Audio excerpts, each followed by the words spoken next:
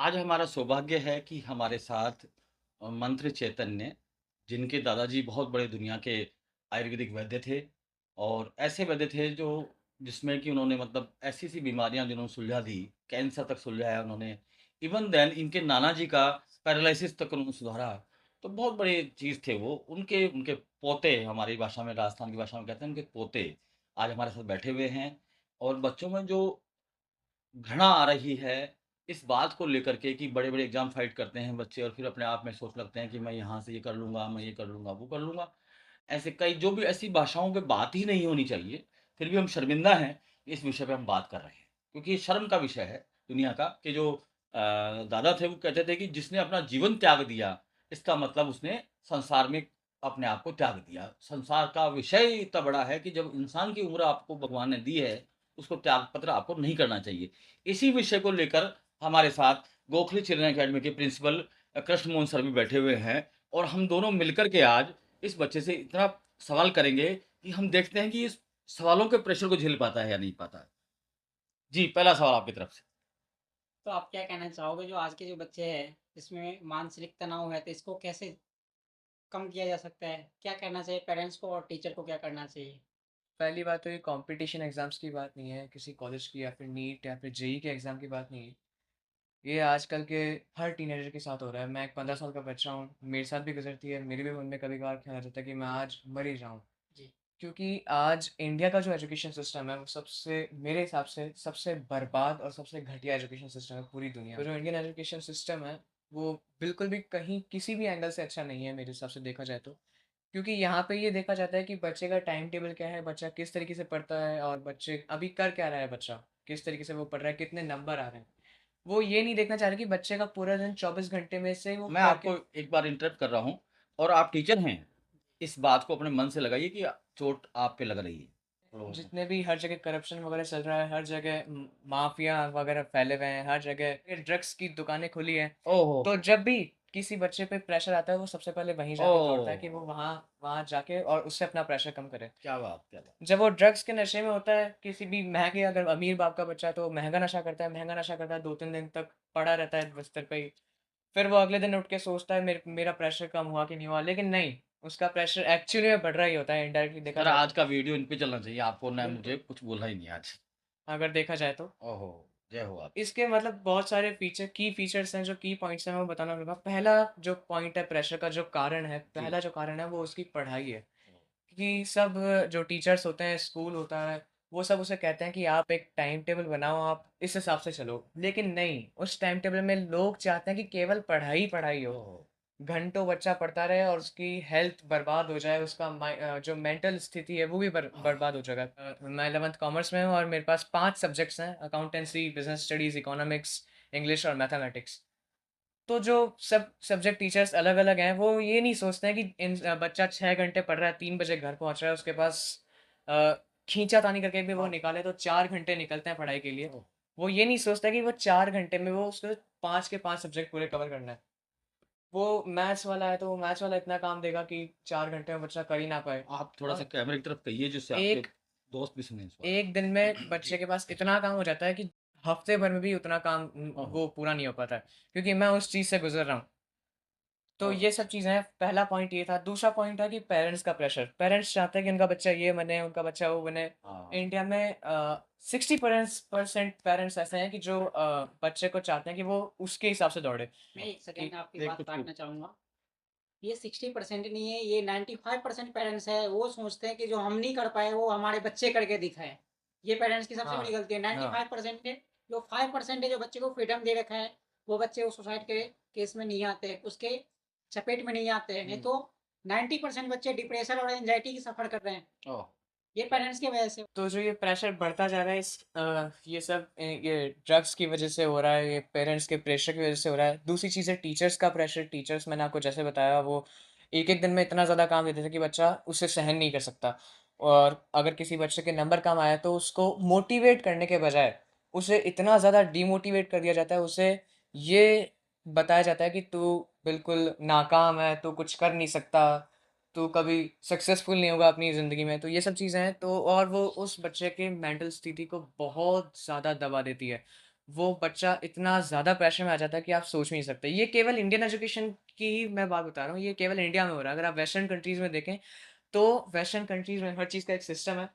वहाँ पे टीचर्स को पता है उनको 1 दिन में कितना काम देना है। वहाँ पे एक लिमिट है कि आप इतना काम दे सकते हो एक बच्चे को, वो इतना ही सहन कर सकता है, उसकी कैपेसिटी है और बच्चे को उसके बचपन से ही उसके स्किल्स की तरफ बढ़ा दिया जाता है। और हमारे इंडिया में तो जो बच्चे के स्किल्स हैं, उनको मार दिया जाता है। उसको समय नहीं दिया जाता उसके स्किल्स पे काम करने करने के लिए। अगर आप सोचिए सचिन तेंदुलकर के साथ ऐसा होता कि सचिन तेंदुलकर को उसके पापा कहते तुझे इंजीनियर बनना है और तुझे जेईई का एग्ज़ाम देना है, तो आज गॉड ऑफ क्रिकेट होता ही नहीं। कोई होता ही नहीं भगवान, शायद कोई मास्टर ब्लास्टर नाम तो हम जानते ही, सचिन तेंदुलकर को हम जानते ही नहीं। कोई और इंडिया इतना आगे नहीं बढ़ता क्रिकेट की दुनिया में।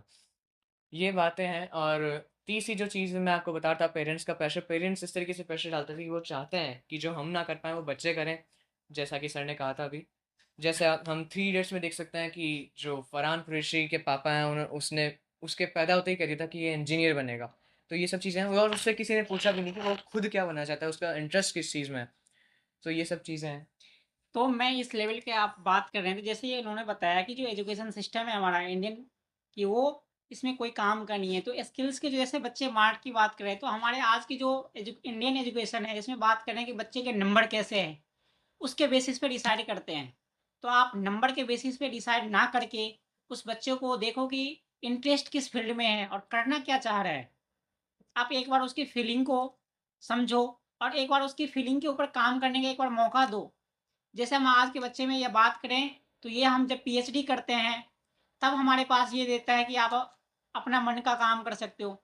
यार ये जब हम पीएचडी करेंगे, तब हमको मौका मिलेगा। इससे बच्चे हम 9-10th है उसमें उसी टाइम में उसको मौका दिया जाए, तो उसको जो ये जो एंग्जायटी और टेंशन की बात कर रहे हैं, जो स्किल्स की बात कर रहे हैं, ये स्किल्स ऑटोमेटिक इम्प्रूवमेंट होकर के बाहर आ जाएगा। और इस पे हम काम करें तो ना तो बच्चे को ये समस्या सफ़र करना पड़ेगा, ना जो ड्रग्स की बात करा उन्होंने, ये इसकी परेशानी आएगी। और हर तरह से बच्चे को मेंटली और फिजिकली, और बात रहेगी टीचर की, तो मैं भी एक टीचर हूँ और सारे टीचर से रिक्वेस्ट करना चाहूँगा, जैसे बच्चे का नंबर नहीं आया, तो आप इसको मोटिवेट करें, ना कि डिमोटिवेट करें। ठीक है, इस बार नहीं आया तो आप अगली बार ट्राई करो, हो सकता है अगली बार आ जाए। अगली बार नहीं आए उस नेक्स्ट टाइम, क्योंकि इसका जैसे हम बच्चे को मनोबल को बढ़ाते हैं, इंटरेस्ट जगाते हैं उसमें, तो ऑटोमेटिक वो करने के लिए सोचता है, उसको साथ में लगता है कि ये हमारे साथ कोई ना कोई टीचर खड़े हैं, कोई हमारे साथ पेशेंस है। तो उनको एक बिलीफ सिस्टम, क्योंकि जैसे हम मोटिवेट करते हैं तो उसके एक बिलीफ स्ट्रांग होता है, और जैसे जैसे बिलीफ स्ट्रांग होता है, तो वो क्या करता है, उसके प्रति काम करने के इंटरेस्ट जगता है। और जैसे मैंने उसको डिमोटिवेट करा, तो उन बच्चे के अंदर क्या आता है, जो नेगेटिव भावना आती है, वो आता है, जिसकी वजह से वो क्या करते हैं, अलग अलग तरीके ढूंढने लग जाते हैं। अब ये चीज़ें डर ना तो पेरेंट्स को बता सकते हैं, टीचर से वो तो डिमोटिवेट कर चुका है, और जैसे पेरेंट्स को बोलेंगे तो उनको लगता है कि हमें पेरेंट्स भी डांटेंगे, पेरेंट्स भी मारेंगे। तो इनके वजह से वो क्या करते हैं, किसी दोस्त में या किसी गलत संगति में वो जा करके वो अपने स्ट्रेस लेवल को कम करने की कोशिश करता है। जैसे इन्होंने बताया कि ड्रग्स है, अलग अलग जो महंगे है, महंगे और सस्ते से सस्ते जो नशीले पदार्थ का सेवन करते हैं। तो आप इन चीज़ों को, टीचर से भी रिक्वेस्ट है और पेरेंट्स से भी रिक्वेस्ट है कि आप अपने माँ-बाप होने के नाते अपने बच्चों के से ये पूछा करो कि बेटा आपकी किस बात की समस्या है? क्योंकि आप 24/7 में आप तो 8 आवर, 10 आवर स्कूल के सिस्टम में टाइम दे रहे हैं। बाद बाकी जो टाइम है वो आप बच्चों के साथ आप 1 आवर मैक्सिमम से मैक्सिमम उससे डिस्कशन किया करो कि हमारे बच्चे क्या कर रहे हैं, उसकी किस लेवल पे उसकी तनाव आ रहा है। ये हो सकता है जब तक आप खुद नहीं देखोगे, आप एक टीचर के भरोसे नहीं छोड़ सकते, और ना तो टीचर पेरेंट्स के भरोसे छोड़ सकते हैं। तो एक टीचर से भी रिक्वेस्ट है और एक पेरेंट्स से भी है। जैसे इन्होंने, एक पेरेंट्स से भी मैं आपको बात कराना चाहूँगा कि पेरेंट्स को इसमें ये सिचुएशन में पेरेंट्स की सबसे बड़ी ज़िम्मेदारी रिस्पॉन्सिबिलिटी है। एक पेरेंट्स से रिक्वेस्ट करना चाहूँगा कि इस पेरेंट्स को, जैसे मैंने बोला कि टीचर की ज़िम्मेदारी जो है ये मोटिवेट करके रखे उसको, जैसे इस बार नंबर नहीं है तो अगली बार की बात करें, तो पेरेंट्स का भी ये रिस्पॉन्सिबिलिटी बनता है, बेटा इस बार नंबर नहीं आया तो अगली बार आ जाएगी, अगली बार नहीं है तो इस बार जो गलती है उस गलती को सुधारो। मैंने अपने बच्चे को यही सिखाया, मुझे नंबरों की आवश्यकता नहीं है। जी। मुझे केवल आवश्यकता इस बात की कि पास हो जाएगा, अपनी डिग्री होल्डर हो जाएगा। इसके अलावा कभी कोई प्रेशर इस पे दिया नहीं है। तो उस प्रेशर से फ्री करना हर एक पेरेंट्स का काम है, अपने बच्चों को प्रेशर से फ्री करें। क्योंकि जो कुछ वो छोड़ के जा रहे हैं, ज़्यादा बड़े आदमी बन जाएँगे तो कोई अपने आप ही बनेंगे, वो भगवान बनाएगा उनको। ऐसा भरोसा अपने आप पे रखें। आप क्या कहेंगे इस बारे में? जी, हमारा तो एक दोस्त के जैसा रिश्ता है, लेकिन जो हमारा टॉपिक चल रहा है, उस हिसाब से मैं ये भी कहना चाहूँगा कि पेरेंट्स बहुत अलग-अलग तरीकों से प्रेशर बढ़ाते हैं अपने बच्चों पे। जैसे कि पहला तरीका मैं बताता हूँ आपको कि पेरेंट्स खुद सामने से बोलते हैं कि भाई तुझे ये करना ही है। दूसरा रीज़न होता है कि पेरेंट्स बहुत मतलब गुस्सैल होते हैं। मतलब वो छोड़ तो देते हैं कि बच्चे को हाँ, तू चूज़ कर ले कि जो तेरे को लाना है। लेकिन अगर तेरे नंबर नहीं आए तो वो उनको बहुत मारा-पीटी करना उनके साथ, उनको ओह! टॉर्चर करना, ये सब होता है। तीसरी चीज़ है कि किसी बच्चे का जो एनवायरनमेंट होता है, उसके घर का फैमिली का एनवायरनमेंट है, तो वो बिल्कुल भी अच्छा नहीं होता। जैसे कि वो बहुत गरीब फैमिली से है, कि पापा अफ़ोर्ड नहीं कर सकते वो जो चीज़ें करना चाहता है। इंटरेस्ट उसका है, पर वो अफ़ोर्ड नहीं कर सकते, तो वो वैसे ख़त्म हो गया, वो वहाँ भी नहीं जा सकता। यहाँ पर मैं इनकी बात बीच में काटते हुए कहना चाहूँगा कि सरकार की ज़िम्मेदारी है कि सरकार कुछ ऐसी व्यवस्थाएँ करें कि जो गरीब का बच्चा है, वो भी उन चीज़ों को अफ़ोर्ड कर सके। कम से कम क्योंकि हमारे जो प्रधानमंत्री हैं नरेंद्र मोदी, वो ये कहते हैं कि मैं चाय वाला था, तो चाय वाले का बच्चा आखिरकार किसी क्लब को जॉइन करना चाहे तो कैसे करेगा? चाय वाले का बच्चा किसी खेल में जाएगा, अकेडमी कैसे जॉइन करेगा? आखिर उस अपने अरमान कैसे पूरे करेगा? ये सरकार की आप ज़िम्मेदारी सेकंड के लिए 1 है। सेकंड जी। के लिए मैं होल्ड करूँ आपकी बात। यदि आप किसी क्लब में जाओगे या किसी अच्छे संस्थान में जाओगे तो आपको ये पूछा जाएगा कि आपके माँ-बाप क्या करते क्या हैं? करते हैं? और आपके माँ-बाप यदि पढ़े-लिखे नहीं हैं और हायर पोस्ट पे नहीं है तो आपको भर्ती नहीं लेगा। भर्ती नहीं लेंगे। पैसा की बात आ गई, पैसा तो कहीं से अफ़ोर्ड कर लेगा वो। एक किडनी बेच इवन करके भी देन कर मैं सकते एक हैं। छोटी-सी बात बीच में आपकी इंटरप्ट कर रहा हूँ, जी, कि मैं जानता हूँ कि जब इनका एडमिशन जहाँ भी इस विद्यालय में पढ़े हैं ये, लेकिन उसको कराने के लिए लाखों रुपए का डोनेशन माँगा जा रहा है। बिल्कुल। लाखों रुपए का डोनेशन माँगा जा रहा है। लाख रुपए एक रिक्शे वाला कहाँ से लाएगा सर? कृष्णमोहन सर संभव बताइए नहीं। मुझे, लाख रुपए का डोनेशन कहाँ से लाएगा वो?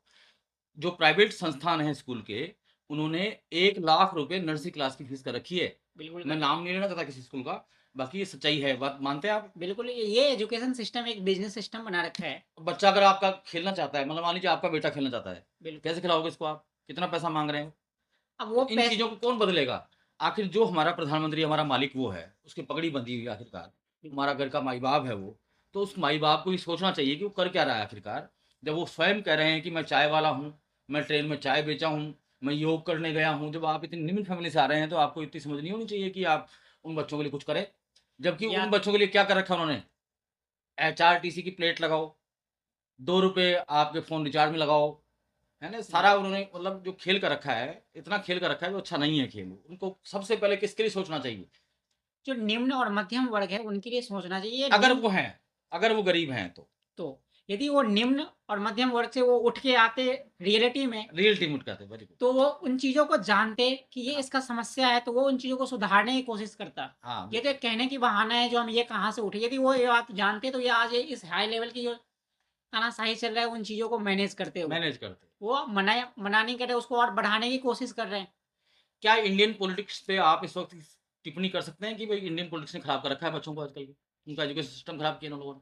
इंडियन पॉलिटिक्स तो है ही, उसके साथ हमारे जो सराउंडिंग बना रखा है, जो हाँ, कंट्री की सराउंडिंग बना रखे है, एनवायरनमेंट बना रखा है, जैसे पॉलिटिकल है, सोशलाइज़ है। बच्चों को ऐसा नहीं है कि आप कह सकते हो कि आपको फिज़िकली टॉर्चर किया जाता है, मेंटली किया जाता मेंटली है, टॉर्चर सोशली करते हैं। किया जाता है। सबसे ज़्यादा बच्चों को सोशली टॉर्चराइज़ किया बच्चों जाता के है। अरमान इतने बढ़ गए कि मैं आपको बताऊँ, इस टॉपिक पे ख़ैर अगली बार बात करेंगे हम लोग। जी, काफ़ी लंबी बात हम लोगों ने कर ली है मेरे हिसाब से। इस टॉपिक पे नए नए विषय पे हम लोग बात करेंगे। और अगला विषय हमारा होगा कि क्या सरकारें वाक़ई हमारे बारे में सोचती हैं, हमारे बच्चों के बारे में सोचती हैं? क्यों सर, आप क्या कहते बिल्कुल हैं? ही नहीं। सरकार तो हमारे बारे में सोचती नहीं है। सरकार के जो हमारे हम सोचते हैं, वो सोचने को पूरा नहीं होने देते हैं। जो हम सोचते हैं ना, उसके एक्सपेक्टेशन पे नहीं उतरते वो।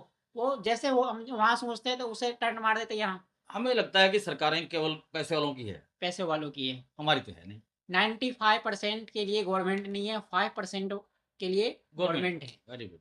तो ये थी हमारी बहुत सुंदर बात कृष्ण मोहन और नरेंद्र शर्मा के साथ। अगली बार फिर नए विषय पे बात होगी। नमस्कार।